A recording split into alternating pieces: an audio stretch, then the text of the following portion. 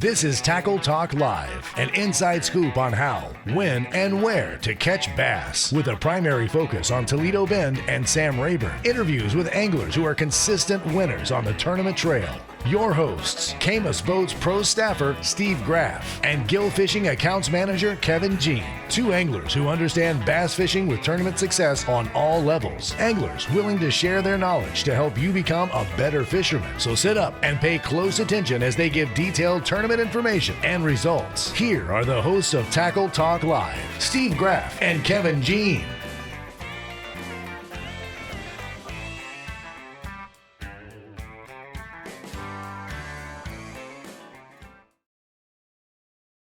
You're watching Tackle Talk Live. I'm Diver Pro Staffer Steve Graff, along with Gill Fishing Accounts Manager, Brother Kevin Jean from Lafayette, Louisiana. Today, we welcome, Kevin, we got a new sponsor.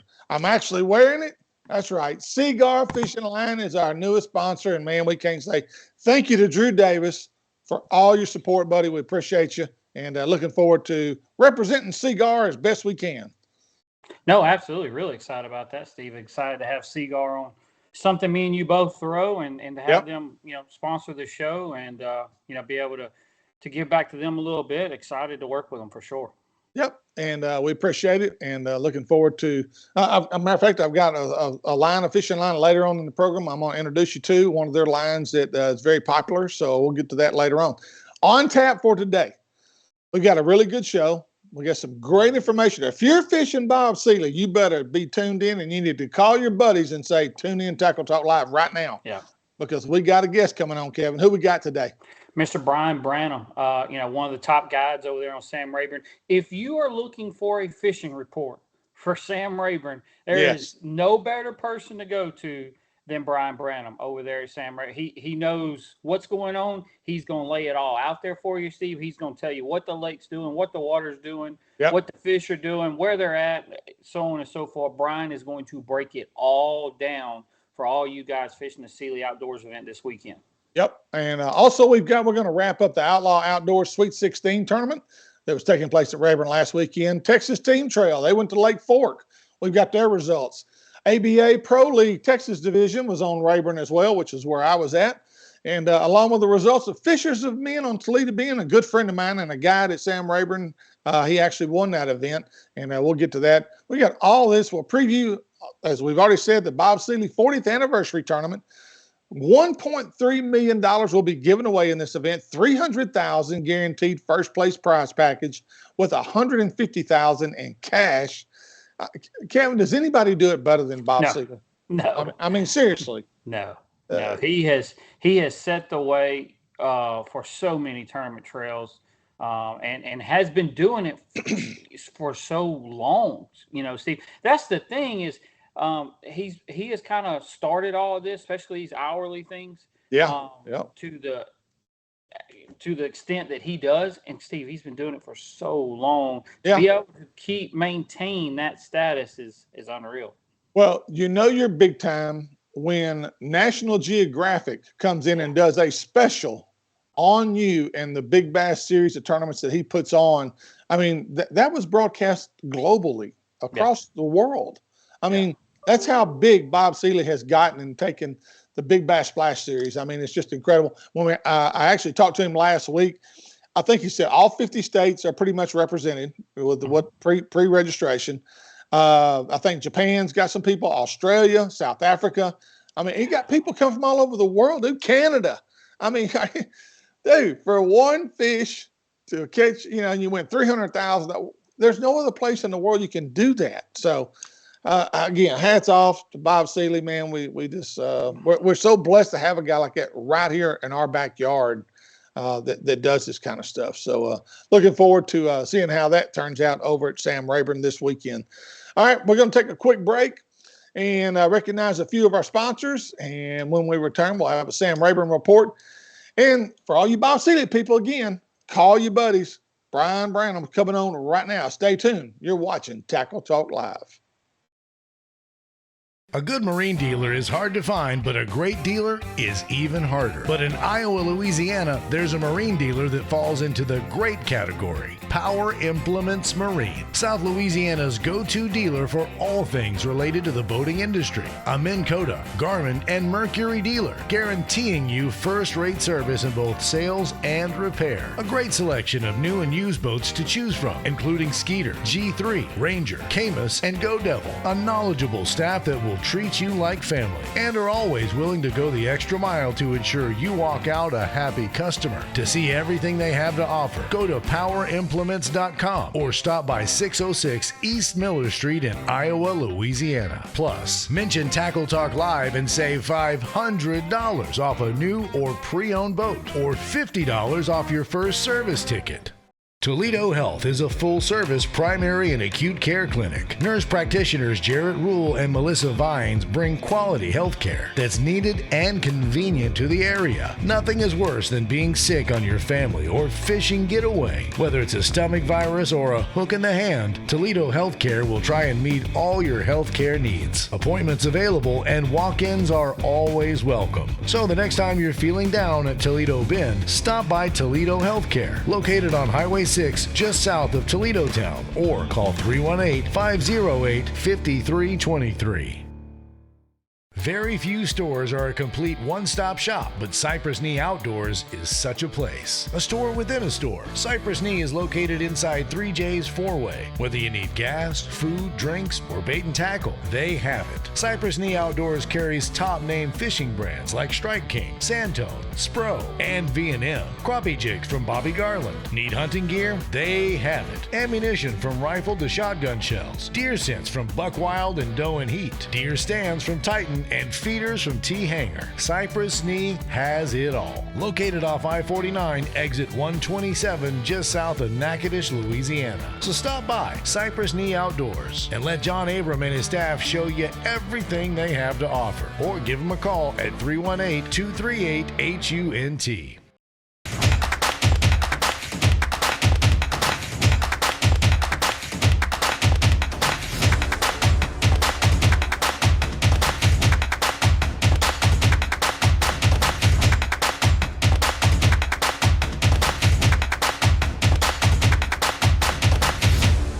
You're watching Tackle Talk Live, a show dedicated to making you a better angler. Now back to the guys with all the inside scoop, Kevin Jean and Steve Graff. Welcome back to Tackle Talk Live. This segment presented by Toledo Health, 3J's four-way home of Cypress Knee Outdoors, Seagar Fishing Line, and Power Implements Marine, located right there in Iowa, Louisiana. And if you mention Tackle Talk Live, you'll get $500 off your purchase of a new or used boat, or you can get $50 off your first service ticket. So either way, they're going to take care of you. As long as you mention Tackle Talk Live, you'll get that one of those two discounts. On the Tackle Talk hotline, we've got a man that knows a little bit of everything and knows how to do it, where to do it, and everything else is Brannum over at Lake Sam Rayburn, a big guide over there, does a wonderful job. And he's actually on the lake as we speak. So we're getting live on the water report from Brian. Brian, how you doing, bud? I'm having a great time. I'm in my office for the first time talking to y'all. Oh, there you go. There you go. How is the lake and low water level right now affecting the fishing? That's the first question I've got for you. Yes, the condition of the lake, or how's it fishing? Yeah, well, the condition of the lake right now. The condition of the lake right now is I would say, is very good as far as being other than low, and that's because they're holding water to not flood places that got enough south of here. So It's just filling up, and it looks good. I'm out on Caney Flats right now, and it looks like real good for here. Yeah, yeah. And most areas like look pretty good. There's some places up in Ash Bayou look pretty nasty. That runoff up there, it's a different type of thing, and although those fish are kind of used to it, it's still a little bit bad up there, even for there. Yeah, yeah. This side of the lake, Angelina, at least to the 147 bridge, looks really good. Yeah. Brian, so for the guys coming down, fish the splash this weekend, mainly for the ones that have not been on Rayburn this year or coming from a long ways off, what would be your fishing report that you would give everybody for Sam Rayburn right now, and kind of what they want to look for? Okay, well, obviously the biggest thing is we've had a 7-foot rise and a 7-foot fall in 2 months here from work on the dam, which we've talked about before, and I'm not going to go too much into that. We're at, let's just call it 160, a little below. So, we're 5 feet low. The fish seem to be accustomed or used to this mayhem. Fishing's good. It's not excellent, but it's good.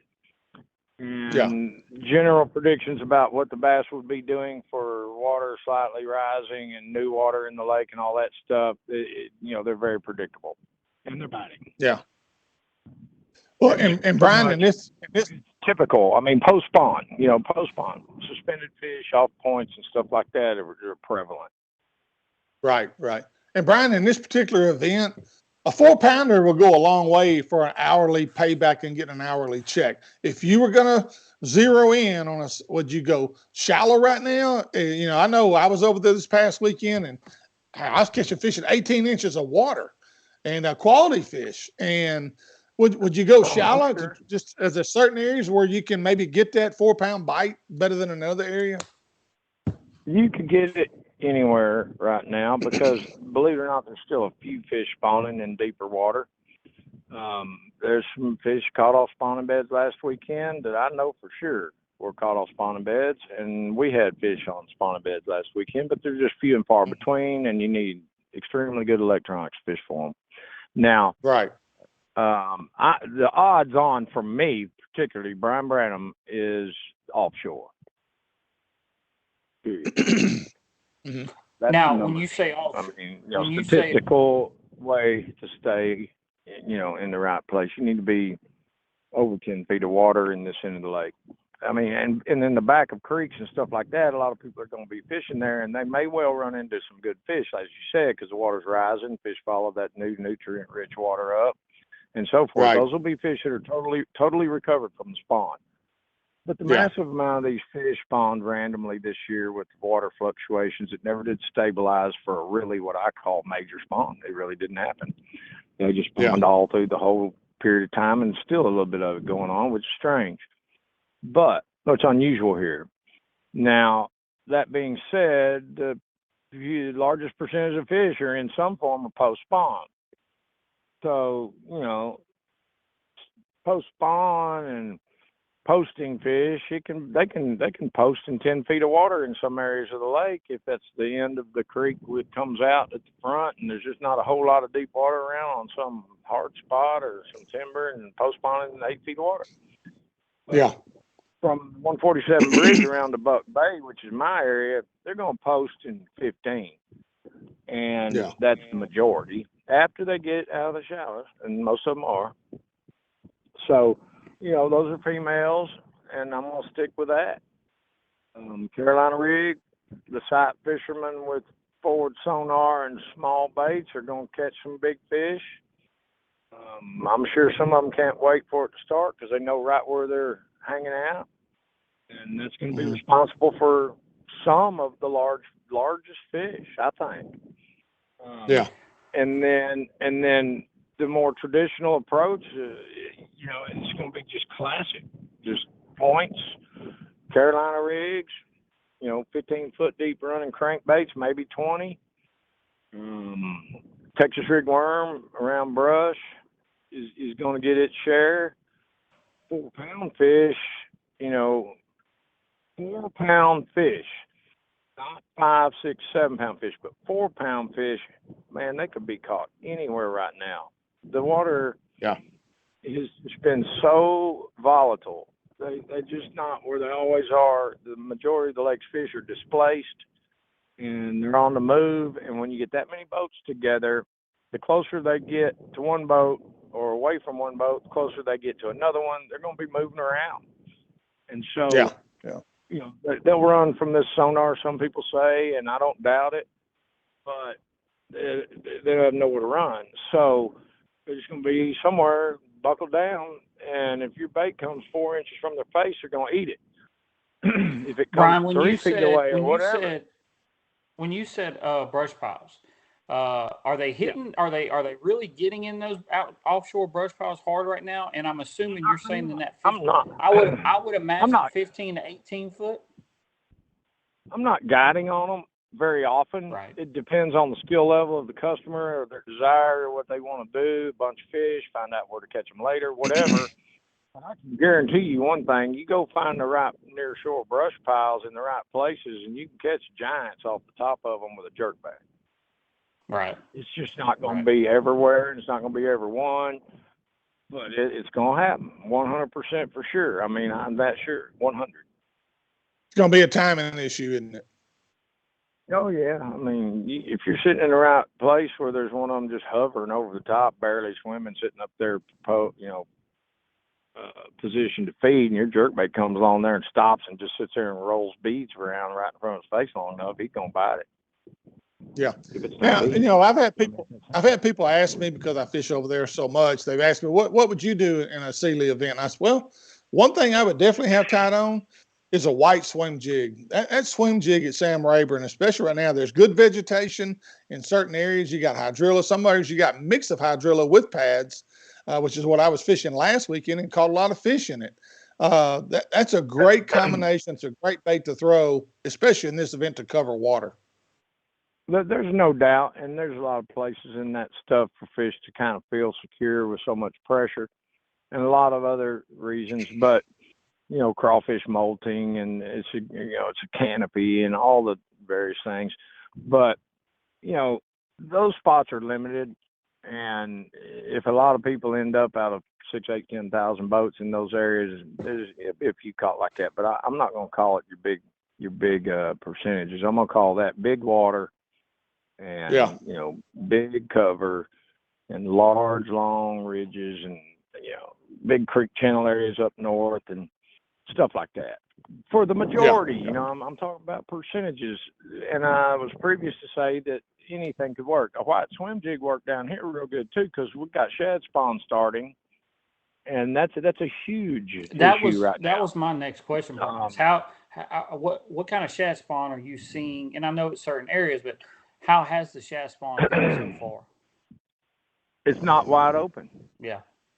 Number one, it's also happening offshore in shallow flats. It's happening in places it doesn't normally happen, because those places the bank's not right for it, and they're not getting that far up in 1 foot of water. They might if it's 4 feet, 10 feet away, but it's just not like that very many places. Not where they typically do this, and where they typically do this, they're more out and random. But if you put yourself in the right place and are prepared with long cast and top water, swim jig, spinner bait, anything, whatever. I was just telling the gentleman, you can put a white strip of cloth on a hook if it'll get out there and pull, and you'll catch some. It's just that way during a brief period of time. But boy, you got to look for it right now. I don't see many people have been looking for it. I'm not seeing the white birds roosting in the pine trees, giving it away. They'll roost all day until the next morning, and just not happening. So and the shad spawn is happening. It's just not. It's just like the spawn this year. It happened over a long period of time. It was fairly random. When bunch of different waves instead of a couple of big waves, and that was all due to stabilization of the water, if you ask me. Yeah. And then the shad spawn is very similar. I don't know as much about the shad spawn as I do the bass spawn, but it seems to be similar. It's happening randomly, and it's happening in the general locale it normally happens, but it's not as visible. Well, one of the hot topics I've seen on Facebook this past week, especially, there's some people kind of upset. They feel like the Corps of Engineers don't care about Rayburn. It's all about just trying to fix the dam, and that they've ruined the spawn for this year. We've lost the whole spawn. I don't think that's the case, because the water has been down Bass are not, they're not stupid. I mean, they do still spawn out. It just may be in different areas than what we're accustomed to them spawning in. Yeah, I've had literally been able to watch a lot of it in certain ways nowadays, and they're spawning out in anywhere from 4 to 12 feet, depending on wave action in the area you're in. And if they used to spawn on inside grass or on outside grass, it's they're still spawning, and a lot of them are still spawning where there's good cover for fry. So it won't be a total loss by any means. You've got an apex predator that adapts quickly and a very aggressive, protection mechanism. But it is going to be a weak spawn, in my opinion. Yeah, just because of lack of It'll be a weak cover. spawn year. There'll be a gap in the fish size. There'll be a gap in the fish size that probably will be identifiable at some point. But I've got to say, I think the lake is full of bass. I mean, catchability is another issue, but man, I'm still getting, we had 66 fish one day last week. Yeah. Not Kentucky bass. I'm talking about fluke caught fish, that kind of stuff. Yeah. Yeah. I can how the same what thing. if you had a trip tomorrow, Brian? 30-pound winning bags. I mean, come on. There's nothing wrong with this lake. It's just No. you can't just follow a boat down the bank, catch a 10-pounder. Yeah, there was an 11 caught this past weekend in the Outlaw Outdoors tournament, and it's fishing well. There's some good fish over there right now. Brian, if you had some guys, if you had some guys coming tomorrow, they said Sealy wasn't this weekend. They said we want to come catch some numbers, not spots, just like you said you had 60-day last week. We want to come catch 30 or 40, 2 to 3-4 pound fish, or a pound and a half, so on and so forth. Yep. What are you going? They're going to be 2 to 3 pounds. Yeah. And they're going to be on any of the big flat edges. All of them are fine. This one I'm on right now, literally out here floating in the boat in about an 8-mile-an-hour wind, and I don't see anybody fishing out here. They're probably not wanting to catch a big one. It's Caney Flats, and then there's Coleman Flats, Farmers Flats, Needmore area flats, and up as far as Miller on that side. Now up around the bridge, I'm not going to comment much because I had to go that far for really good fishing lately. But the edges of those flats, if you look long enough, you're going to find that these fish are preferring the same areas from underwater current, from the last release, shad, in certain kind of eddies and different things. And you're going to find 100 and 200 fish groups of shad and bass and crappie and drum and everything kind of in the similar, 100-yard area or something. And you won't see anything else until you get to it. And then when you get to it, it's on. Yeah. And one thing I found, and I stayed around the 147 bridge, I found a lot of patches of hydrilla, not just thick as dog hair in a flat, but just a patch here, a patch there. And when you find a couple of patches about the size of the hood of your truck, you better throw all the way around that thing, because there's fish usually right there on them. Because a lot of my bites came around that kind of stuff last weekend. Yeah, patchy hydrilla indicates hard bottom and hydrilla together. Right. It's incredibly productive. It's a focus for my fishing trips, period. So, you hit the nail on the head with that one. Steve, I think we're good. I think we need to let him get back to his trip and let him get his guys ready for this weekend. Brian, if somebody wants to go out with you, how they touch them? I mean, y'all got good information. The lake's in good shape, and typical approach will do it. But, if they open that dam, which is possible, they've got a constant open line with LNVA or whoever south of here. And if they turn them loose, they're going to reduce this water level as fast as they can, because they're down there working right now. And they cannot finish this until it's down to 158. If they open the dam right this second, this water will turn a really nasty color the entire lake. So, there's the major thing is what changes happen between now and the tournament. If the tournament was tomorrow, it would be really, really successful event. Supposedly, Sealy, Bob, has made an agreement with the Corps of Engineers, and I think they've agreed to hold the water back through his tournament. And then I think, I would say Bundy, all heck will break loose at Sam Rayburn, because I bet they're going to drop the bottom out of it. So. if they don't change this lake between now and then this tournament, it's going to be a fish fest. Yeah. You bet on it, man. Just trust me. I've been out here every day. We're catching some nice fish. Those are I the agree. fish. I agree. Brian, somebody wants to go out with you. How they get in touch with you? I'm easy to find, but it's BrannumFishing.com. Ask anyone around the lake or whatever. I've been here going on 20 years now. So. All right. I bet even the dogs know. My phone number is 409. My phone number is 409 698 6075. And I respond to all texts and phone calls sometime in the evening between 6 and 8. Appreciate it, Brian. Thanks, Brian. Man, appreciate y'all. Y'all do a good job. All right. Thank you, man. All right, Brian Brannum. There you go, Kevin. We heard it from right straight from the man himself, a guy that's on the water every single day over there, knows what's going on. And it don't get much better than that, information. Steve. If you are somebody that is coming down to fish the Sealy, don't fish Rayburn very often, and you need a fishing report, it doesn't get any better than what you just heard. No, that's exactly right. And for those of you that are watching, make sure you spread the word about Tackle Talk Live. Let people know, hey, if you want to get a true report, what's exactly happening right now, they need to watch this episode. So have them tune us in. All right. Well, when we return, we've got more. We got tournament results. We've got upcoming events along with lake level reports for Toledo and Sam Rayburn. Toledo's jumped way up. Sam Rayburn's jumped up about a foot, but it's going to be probably falling back down again. Hopefully not till Monday. But all that and more, we return with more Tackle Talk Live. We'll be right back.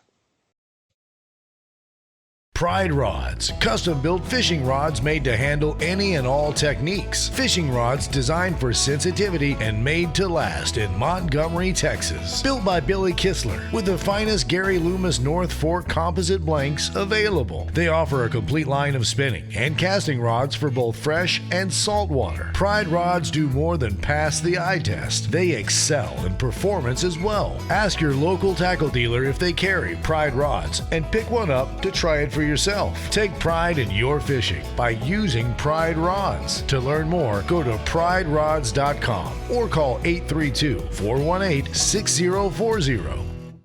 The Lakes Insurance Agency is an independent insurance agency taking care of Texans' insurance needs for over 25 years, offering auto, homeowners, boat, RV, life, health, and commercial insurance. Owner Clark Moore is a local fishing guide and tournament angler who understands your insurance needs and wants to be your go-to guide for all your insurance needs. For a free quote, give him a call and see why so many Texans trust the Lake Insurance Agency. 2 locations to serve you in both Nacogdoches and Broadus, Texas. Or give him a call at 936-205-4467.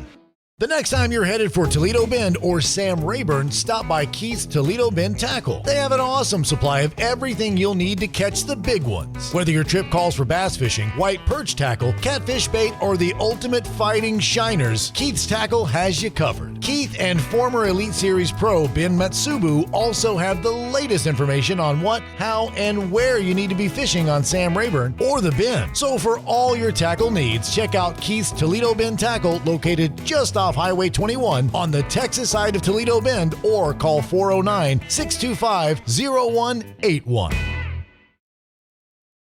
You're watching Tackle Talk Live, a show dedicated to making you a better angler. Now back to the guys with all the inside scoop, Kevin Jean and Steve Graff.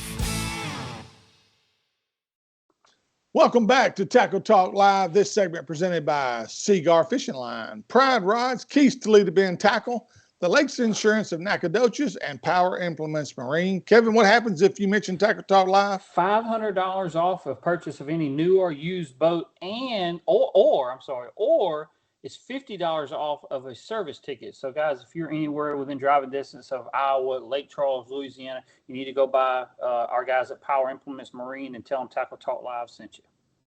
And also, if you're looking for Seagar Fishing Line, Keith's Toledo Bend Tackle. I talked to Ben Matsubu earlier today. They got every line. They got 3 or 4 lines of fishing lines Seagar offers.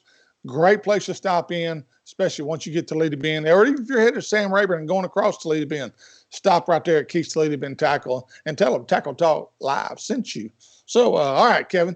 Outlaw Outdoors Sweet 16 results. What you got? Talking about fishing good. So they had a really good turnout this past weekend, the Outlaw Outdoors tournament. First place, John Burton and Roger Johnson had 5 fish for 30 pounds, 19 ounces, had an 1189 big fish, Steve. Won them a total of $5,000. I'm sure bet they'd like to have that 1189 this coming weekend. Second place, Rocky Biscamp. That would probably be a $300,000 fish, Kevin. Yeah, I would think so.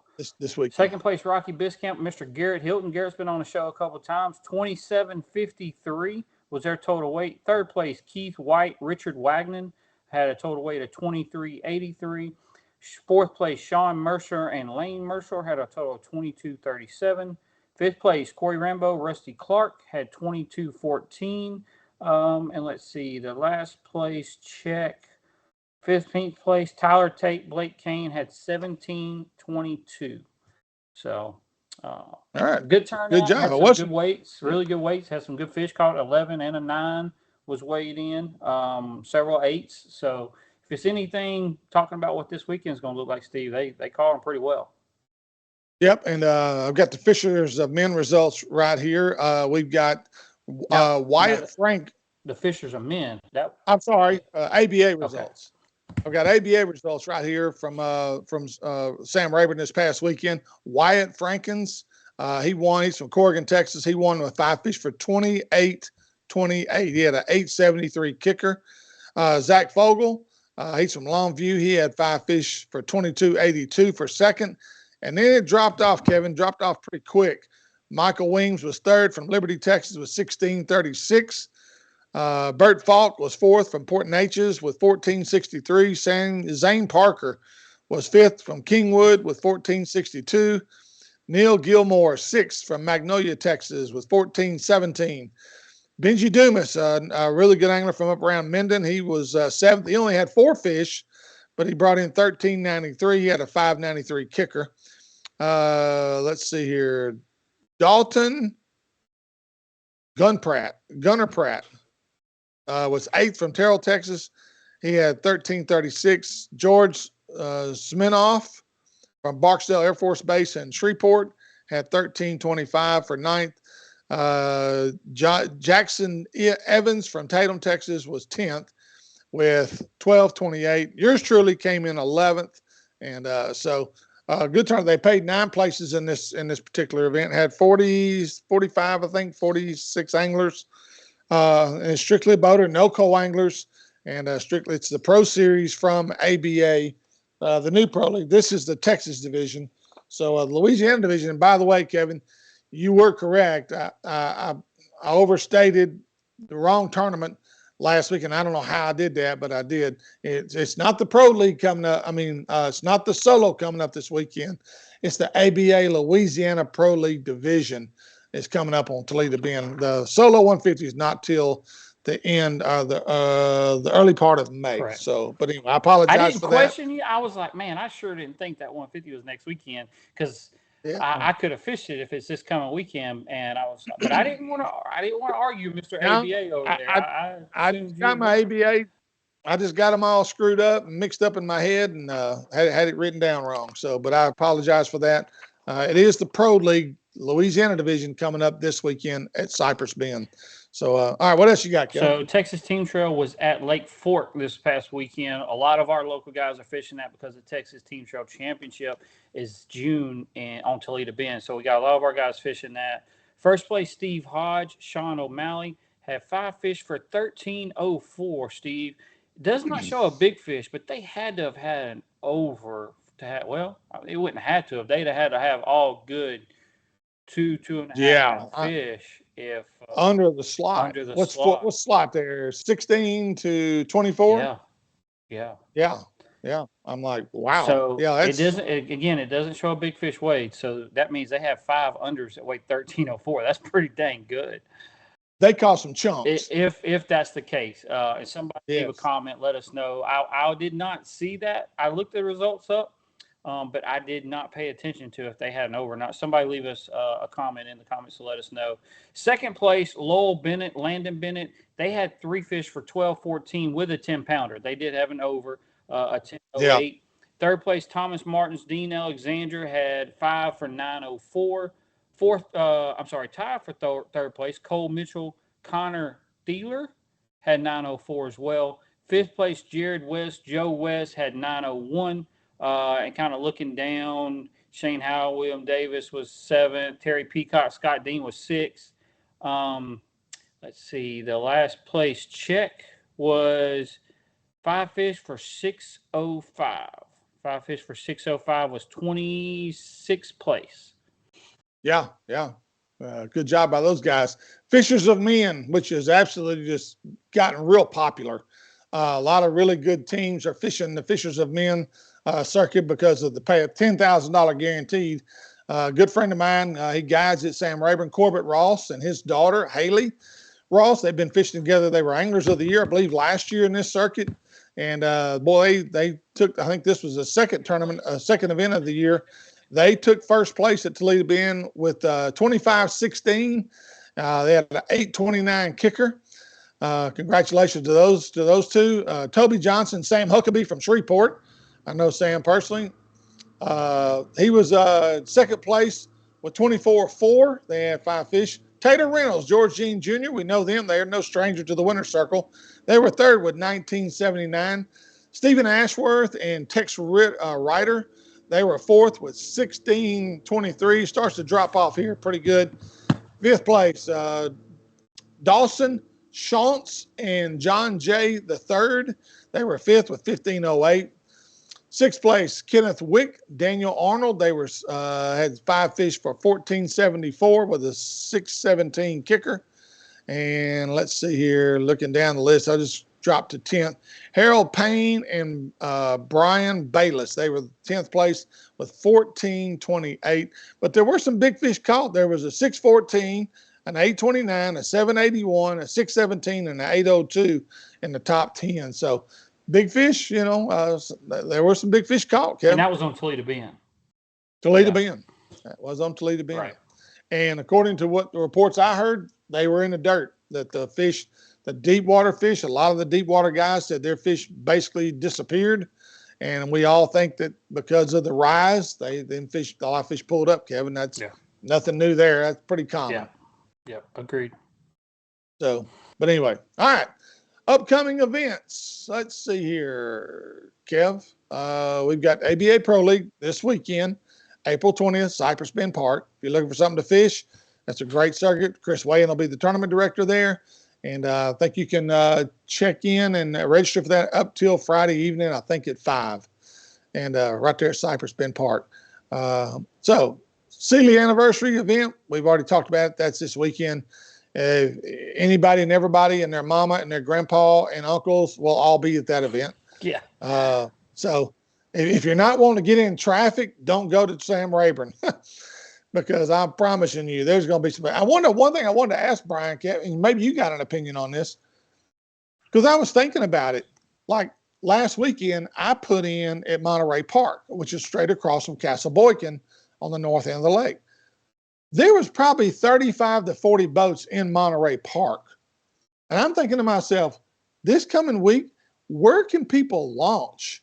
Because I'm telling you right now, that's going to be a zoo finding a place to get in the water. You may wait for an hour just to get your boat in the water, Kev. There'll be people getting in the water at 2 and 3 a.m., I can promise you. Absolutely. Just to try to beat the crowd. I mean, that's going to be the thing this weekend is getting your boat in the water. I'm at Humphrey Pavilion, Twin Dykes. I can imagine they're going to be parked back all the way to the stump to Tackle Addict over there. Absolutely. That's going to be the interesting part about this weekend is getting everybody in and out of the water. Yes, that's exactly right. So if you know of a ramp somewhere that maybe a private ramp, somebody that you got personal connection with, boy, I would tell you, I would highly recommend you use that facility, because if you get in the water, and again, the lake being low, some ramps are a little tougher than others right now. Yeah, that's the problem. You have sometimes, I know even at Rayburn right now, when I was over, you got to back out in the water a pretty good ways. Prepare to get your feet wet. Yeah. Or take your shoes off, because you're going to have to get your boat in the water. It's not ideal conditions for launching or getting out of the lake right now. So make sure you give yourself plenty of time to do that. Let's see here. Kev, what else we got? What else we got coming Starting up? out in May, Texas Team Trail, May 4th, will be at Belton Lake. Again, a lot of our crew is following that trail. Have you ever been there? I've never been to I've Belton. never been to Belton, no.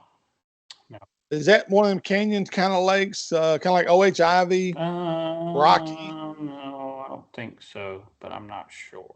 Yeah, I'm not familiar with either. Belton. May 4th, Fishers and Men is at Sam Rayburn. They'll have another good turnout there. And then ABA Solo 150, May 10th and 11th at Cypress Bend. That's one we were talking about. So Right. And then you got College Series at Lunkers Trail. I looked that up. It's May 16th and 17th at Rayburn. And so I think they're going out of Humphreys. It didn't say Castle Boykins on the registration. Then you got ABA Pro League Texas Division. Our next event is May 18th out of Lake Palestine over there out of the Villages Marina. Been there. Love going to Palestine. I like fishing there. I've done well there. I'm looking forward to that event. And then you got the Bassmaster High School and Junior Series May 19th on Rayburn. Now, Kevin, am I right or wrong? A lot of those go out of Jackson Hill? A lot, well. But I don't know if this one is. I don't think the Bassmaster does. They have a lot of high school tournaments that go out of Jackson Hill, but I don't think the actual Bassmaster one does. So it's probably going to be out of Humphreys. Humphrey or Castle Boykins for sure. Yeah, I would think so. So, all right, lake levels. Toledo Bend, just to kind of give you an idea of what's been going on the past week with all the rain we got. 172 is pool. 173.07 is where it's at right now.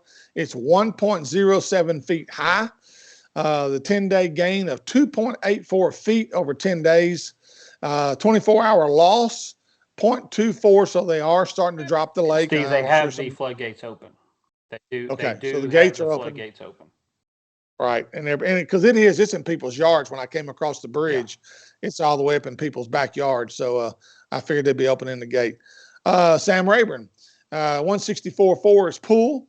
159.39 is where it was at as of this morning. That's a difference 5.0 feet low. 10-day gain has been 1.44 feet. 24-hour gain has been 1.92 inches. So it's actually still kind of on the rise this morning, which kind of surprised me a little bit. I do know they did open the gates a little bit on Friday night before our tournament on Saturday. As I was going to eat dinner at the Rayburn Country, we went across the dam and the water was being released. Kind of caught me off guard a little bit. Because from what I'd heard, they wasn't going to release any water, but evidently they decided to let some of it out. Didn't let a lot out, but I know they did let some. So, but anyway, Kev, what else? You got anything else? Everybody go check out the Yamaha Pro Fishing apparel site. They are now carrying some Gill products, so you can get some shirts kind of like the ones I'm wearing and several other of our Gill products with the Yamaha Pro Fishing logos and everything on it. So go check them out. There you go. Product of the week this week. I've got something I want to introduce you to. It's from Seagar, who is our newest sponsor. And this is the Invisex. It's the yellow label. The red label, there is one called Red Label that actually has a red label. Then there's one called a Brazex. It's kind of a maroonish colored label. But this is the Seagar Invisex. It's a great line. It's soft, easy casting. It's a 100% fluorocarbon. It's just a great fish line, virtually invisible underwater. It's got really it just disappears. See, it's also one of their best sellers, fluorocarbon. It's got low memory. That's one thing I really like about this line more than anything else. It's got very low memory. If you're a flipper and a pitcher and that kind of guy, then this is a really good line for you. It's soft, supple, very good castability. It is high abrasion resistant, great sensitivity, and again, low memory. I just think that's one of the best features about this particular line. Virtually no stretch. Great knot strength. I've yet to break one off. I used to break fish off with fluorocarbon on hook sets. And ever since I've been going to Seagar and I changed my knot, different kind of knot, I've yet to have that happen, knock on wood. Comes off the spool really smooth and easy. That's one thing I like about it. You got everything from 4-pound all the way up to 25-pound as far as line size. I personally use a lot of 15 and 17. Pretty much 90% of the time for me, that's what I'm going to be throwing. So, but anyway, Keith's Toledo Bend Tackle, got a full supply. Go there, check them out. Tell them you heard about it on Tackle Talk Live. we would appreciate it. Kevin, that's all I got. What else? That's all I got for the week, Steve. All right. My men are out here. They're making all kind of noise. Hope it didn't disrupt us too bad. But anyway, I couldn't hear it. You what? I couldn't hear it. Okay. Thank you for tuning us in. Please check us out on our YouTube, Facebook, Instagram, however way you listen to a podcast. If you'd like to become a member of our sponsorship team, please message us on our Facebook page, and Kevin will make sure he sends you a detailed packet. For Kevin Jean, yours truly, Steve Graff. Thanks for watching. We'll see you next week with more Tackle Talk Live.